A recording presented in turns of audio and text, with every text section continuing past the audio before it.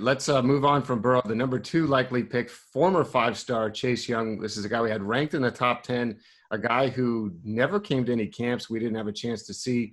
Adam Friedman, you had a chance to see him up close and personal, especially on Friday nights. And, of course, we all saw him in the All-Star game. But talk to us about why you made that push for him to be 5 stars and when you kind of knew that he was going to be a special talent. Yeah, it was pretty evident early on. I saw him when he was at his first high school, St. Vincent Pallotti in Laurel, Maryland. Big kid. He had a basketball background. We really liked the way he moved on the field, but he really excelled once he got that position training and really focused his efforts on the football field. I saw him a number of times in practices and games. I think he did a couple of other camps during the offseason leading into his senior year.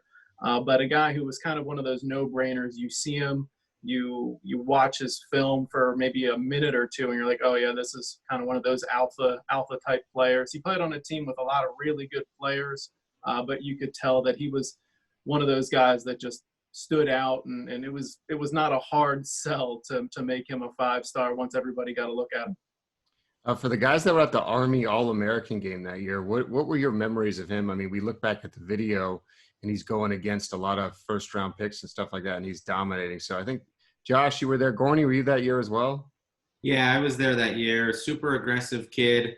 Like Friedman said, just kind of an alpha male that wanted to attack everybody. He kind of reminded me, I think, a little bit of William Anderson this year. Just a guy that wanted to take every rep, wanted to prove himself and get after it. So he was clearly an athletic kid and a physical kid, someone that definitely stood out and more than backed up that 5-star ranking. Mike, what do you remember? I mean, was it a slam dunk to make him a 5-star? Because sometimes a guy like him that we don't all see it makes it a little harder. So what do you remember about his process? No, it was a slam dunk. I remember when I first watched his film, Friedman was raving about him. And then, I watched his film, and it was clear that he was just an outstanding physical specimen, great outside pass rusher, tremendous motor. Wasn't the friendliest kid in the world, remember, Friedman? Yeah, he's one of those guys who was extremely focused on his craft and didn't have a lot of time for the recruiting process, talking about the recruiting process and just all of the shenanigans that goes on around players these days. But he hated the recruiting.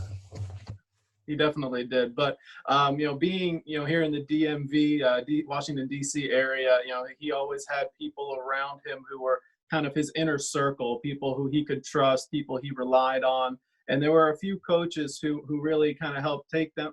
They really took him under their wing and helped him through the process. But he was looped in with a lot of guys who were familiar with the process, even from the basketball side too. So he definitely had a lot of information at his disposal and was going to, really just stay focused on achieving his goals.